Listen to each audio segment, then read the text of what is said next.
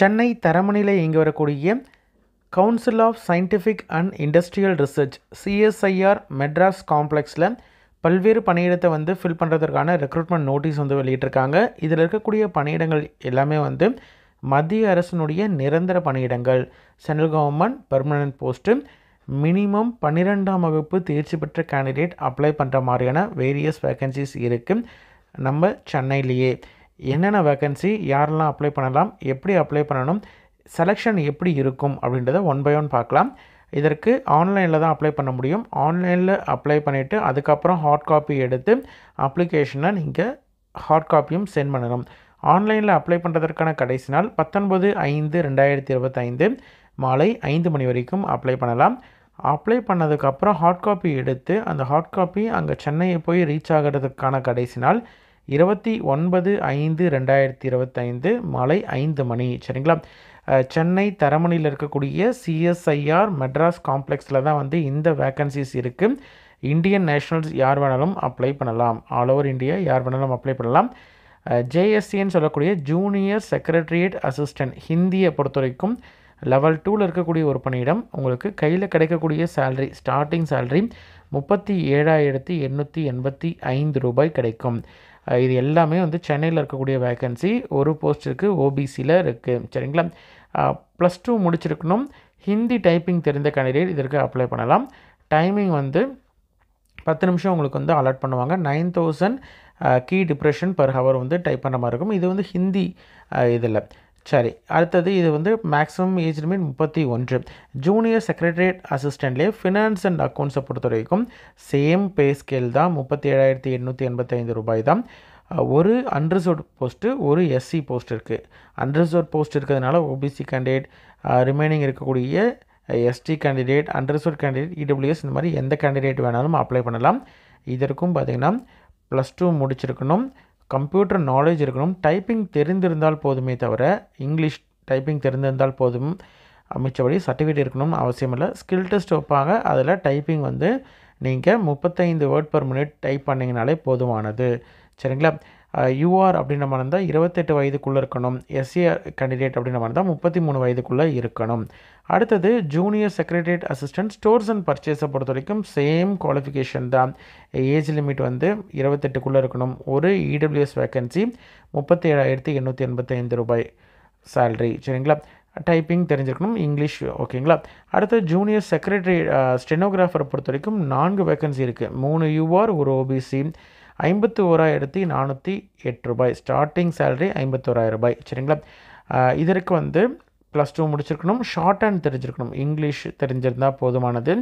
80 word per minute வந்து short hand தெரிஞ்சிருக்கணும். Dictation வந்து ஒரு 50 நிமிஷம் இங்கிலீஷில் வந்து டிக்டேஷன் இருக்கும். டிக்டேஷன் டிரான்ஸ்கிரிப்ஷன் வந்து 50 நிமிஷம் இருக்கும். டிக்டேஷன் வந்து 10 நிமிஷம்.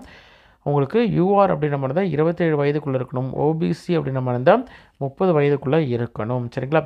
இதில் வந்து பே மேட்ரிக்ஸ் நம்ம சொல்லியிருக்கோம் இல்லையா, அந்த எமோல்மெண்ட் உங்களுக்கு ஸ்டார்டிங் சேலரி இது கூட வந்து உங்களுக்கு அலவன்சஸ், ஹச்ஆர்ஏ, உங்களுக்கு என்னென்னலாம் வந்து சென்ட்ரல் கவர்மெண்ட்டில் இருக்கக்கூடிய அலவன்சஸ் இருக்கோ, DNS allowance, house rent allowance, transport allowance, இந்த மாதிரியான ரெசிடென்ஷியல் அலவன்ஸாக இருக்கட்டும், children's education allowance, LTC, medical expense, computer allowance, house building allowance, இந்த மாதிரி என்னென்னலாம் வந்து இருக்கும், சிஎஸ்ஐஆர் ரூல்ஸ் படி என்னென்ன அலவன்சஸ்லாம் இருக்கோ சென்ட்ரல் கவர்மெண்ட் எம்ப்ளாய்க்கு கொடுக்குறாங்களோ அது எல்லாமே வந்து இதில் ஜாயின் பண்ணக்கூடிய கேண்டிடேட்டுக்கும் உண்டு. பென்ஷன் ஸ்கீமை பொறுத்த வரைக்கும் நேஷ்னல் பென்ஷன் ஸ்கீம்லேயும் வந்து உங்களுக்கு வந்து ஜாயின் பண்ணுற மாதிரி இருக்கும். சரிங்களா?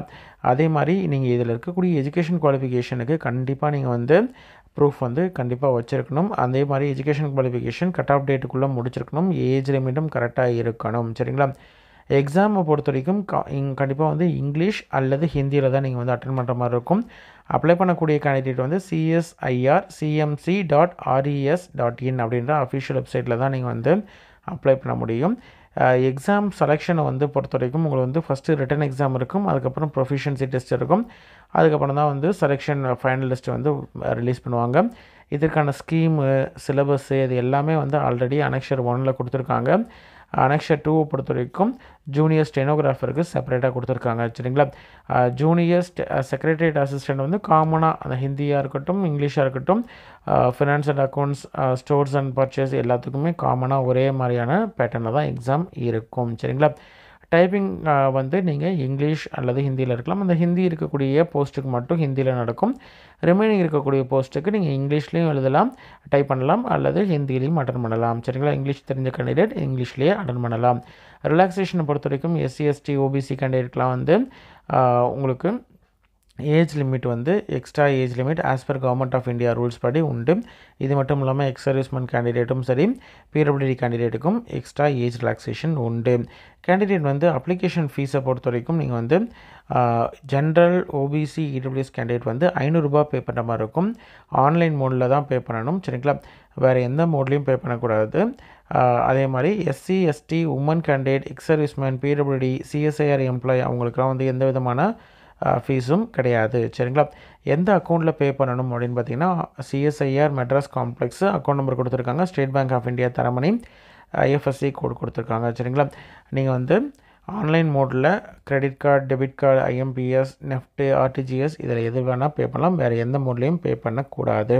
ரிட்டன் எக்ஸாம் பொறுத்த வரைக்கும் உங்களுக்கு வந்து மேக்ஸிமம் வந்து சென்னையில் தான் இருக்கும். ஸ்கில் டெஸ்ட்டும் சரி, ரிட்டன் எக்ஸாமும் சரி, உங்களுக்கு வந்து நீங்கள் உங்களுடைய ஓன் எக்ஸ்பென்சஸில் போர்டிங்கும் சரி, ட்ராவலும் சரி, லாட்ஜிங்கும் சரி நீங்களே தான் பண்ணிக்கணும்.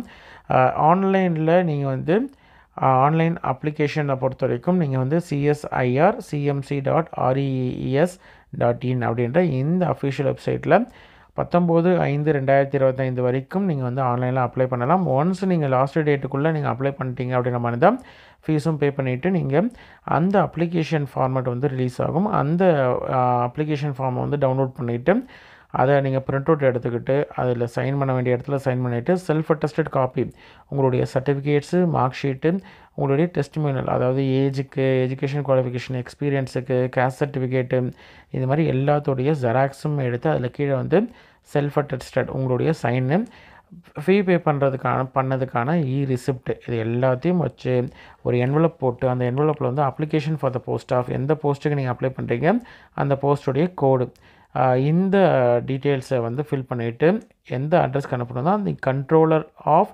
Administration, CSIR, Madras complex, CSIR road, Taramani, Chennai 6,113 இந்த அட்ரஸ்க்கு தமிழ்நாடு அப்படின்னா இந்த அட்ரஸ்க்கு 29/5/2025க்குள்ளே நீங்கள் வந்து அங்கே ரீச் ஆகிற மாதிரி அனுப்பணும். சரிங்களா? இதில் வந்து சைன்டு டாக்குமெண்ட்ஸ் என்னென்ன அப்படின்னு பார்த்தீங்கன்னா 10th மார்க் ஷீட்ஸு, அதாவது டேட் ஆஃப் பர்த் ப்ரூஃபுக்கு பர்த் சர்டிஃபிகேட் இருந்தால் birth certificate, 10th mark sheet, 12th mark sheet, degree சர்டிஃபிகேட்னா டிகிரி சர்டிஃபிகேட்டு இது எல்லாத்துமே ஜெராக்ஸ் தான். கம்யூனிட்டி சர்டிஃபிகேட்டு, இன்கம் அண்ட் அசஸ் சர்டிஃபிகேட் வருதுன்னா இடபிள்யூஎஸ் கேண்டிடேட்டுக்கு இன்கம் அண்ட் அசஸ் certificate, category certificate, experience certificate, current work பண்ணிகிட்ருக்காங்க அப்படின்ற மாதிரி தான் என்ஓசி, அதே மாதிரி 11 டாக்குமெண்ட்ஸ் எல்லாமே வைக்கணும். சரிங்களா? இதற்கான எக்ஸாம் பேட்டர்ன் பார்த்திங்கன்னா ஓஎம்ஆர் அல்லது கம்ப்யூட்டர் பேஸில் இருக்கும். 12th ஸ்டாண்டர்ட் லெவலில் இருக்கும். 200 கொஷின் இருக்கும். 2 மணி நேரம் 30 நிமிஷம் எக்ஸாம் இருக்கும். 100 கொஷின் பேப்பர் 1 பொறுத்த வரைக்கும் 90 மினிட்ஸ்க்கு நடக்கும். 200 கொஷின்ஸு எந்த விதமான நெகட்டிவ் மார்க்ஸும் கிடையாது. சரிங்களா? வெர்பல், நான் வெர்பல் எல்லாமே வந்து இதில் இருக்கும். சரிங்களா? பேப்பர் 2 பொறுத்த வரைக்கும் ஜென்ரல் அவேர்னஸ் 50 கொஷின்ஸ் இருக்கும். 150 மதிப்பெண் மேக்ஸிமம். ஒவ்வொரு கரெக்டான ஆன்சருக்கும் 3 மதிப்பெண். 50 கொஷனுக்கு 3 150 மதிப்பெண் வந்து மேக்ஸிமம் இருக்கும். நெகட்டிவ் மார்க்ஸ் ஒவ்வொரு நெகட்டிவ் மார்க்ஸ் உண்டு. இதுலேயே ரெண்டாவது பார்ட் பார்த்திங்கன்னா இங்கிலீஷ் லாங்குவேஜ் 50 கொஷின் இருக்கும். இதுவும் ஒவ்வொரு கொஷினுக்கும் 3 மதிப்பெண், ஒரு நெகட்டிவ் மார்க்ஸ் உண்டு. சரிங்களா? அதை பேஸ் பண்ணி உங்களுக்கு வந்து செலெக்ஷன் இருக்கும். அதுக்கப்புறம் உங்களுக்கு வந்து டைப்பிங் டெஸ்ட் இருக்கும். இதே மாதிரி ஜூனியர் ஸ்டெனோகிராஃபருக்கும் பார்த்திங்கன்னா 200 கொஷின் இருக்கும். ஆனால் வந்து உங்களுக்கு ஒரே இதில் ஜென்ரல் இன்டெலிஜென்ஸ் அண்ட் ரீசனிங் 50 மதிப்பெண் மேக்ஸிமம். எல்லாத்துக்கும் 0.25 வந்து மைனஸ் மார்க்ஸ் நெகட்டிவ்க்கு. ஜென்ரல் அவேர்னஸில் வந்து 50 கொஷின் இருக்கும். மேக்ஸிமம் 50 மதிப்பெண். இங்கிலீஷ் லாங்குவேஜை பொறுத்த வரைக்கும் 100 கொஷின் இருக்கும். 100 மதிப்பெண். 0.25 வந்து டிடக்ஷன் வந்து ஒவ்வொரு கொஷினுக்கும் மைனஸ் ஆகும். சரிங்களா? ஜூனியர் ஸ்டெனோகிராஃபர் பொறுத்த வரைக்கும் பார்ட் பி வந்து ப்ரொஃபிஷியன்சி டெஸ்ட் இருக்கும். அதாவது டிக்டேஷன் வந்து 10 நிமிஷம் இங்கிலீஷ் அல்லது ஹிந்தியில் வந்து டிக்டேஷன் இருக்கும். 80 வேர்ட் பர் மினிட் அப்படின்ற ஸ்பீடில் வந்து நடக்கும். மெரிட் லிஸ்ட்டை பொறுத்த வரைக்கும் செக்ஷன் 2 மற்றும் செக்ஷன் பார்ட் 3ல் இருக்கக்கூடிய செக்ஷன் 2ஓட ரூல் படி ப்ரொஃபிஷியன்சி டெஸ்ட்டில் யார் கிளியர் பண்ணுறாங்களோ அவங்க தான் வந்து மெரிட் லிஸ்ட்டை இது பண்ணுவாங்க. அவங்களுடைய மதிப்பெண் பேஸ் பண்ணி வந்து யாரெல்லாம் அதை கிளியர் பண்ணியிருக்காங்களோ அவங்களோட மதிப்பெண் பேஸ் பண்ணி உங்களுக்கு வந்து செலெக்ஷன் லிஸ்ட் வந்து இருக்கும். சரிங்களா? அதை பேஸ் பண்ணி அவங்களுக்கு வந்து ஆர்டரும் வந்து இஷ்யூ பண்ணுவாங்க. சரிங்களா? ஃபுல் மிஸ்டேக்ஸ் இருக்குது அப்படின்னு இதில் வந்து மிஸ்டேக்ஸ் என்னென்ன மிஸ்டேக்ஸ் பண்ணால் எவ்வளோ மதிப்பெண் போகும் அப்படின்னு சொல்லிட்டு அதனுடைய ரூல்ஸ் எல்லாமே கொடுத்துருக்காங்க. அதுக்கான ஃபார்முலாஸ் எல்லாம் கொடுத்துருக்காங்க. இன்ட்ரெஸ்டட் கேண்டிடேட் அப்ளை பண்ணுங்கள். உங்களோட ஃப்ரெண்ட்ஸ் சர்க்கிளில் யாராவது வந்து கவர்மெண்ட் ஜாபுக்கு சென்ட்ரல் கவர்மெண்ட் ஜாபுக்கு ட்ரை பண்ணிகிட்டு இருக்காங்க அப்படின்ற மாதிரி தான் அவங்களுக்கு இந்த இன்ஃபர்மேஷனை தெரியப்படுத்துங்க. ஏன்னா அது வந்து சென்னையில் இருக்கக்கூடிய மத்திய அரசு நிரந்தர பணியிடங்கள். அதே மாதிரி மினிமம் +2 முடிச்சிருந்தாலே போதும். குரூப் 4க்கு குரூப் 2 எக்ஸாமுக்குலாம் ப்ரிப்பேர் பண்ணிட்டு இருக்கக்கூடிய கேண்டிடேட் இருக்காங்க, பேங்கிங்லாம் ப்ரிப்பேர் பண்ணிட்டு இருக்காங்க அப்படின்ற மாதிரி இருந்தால், டைப்பிங் நல்லா தெரியும், சர்டிஃபிகேட் இல்லைனாலும் டைப் பண்ணுவாங்க நல்லா அப்படின்ற மாதிரி இருந்தால் அவங்களுக்கு இது வந்து ஒரு நல்ல ஒரு ஆப்பர்ச்சுனிட்டி. அதனால் இதை வந்து மிஸ் பண்ணாமல் அப்ளை பண்ணுங்கள். சரிங்களா? நன்றி.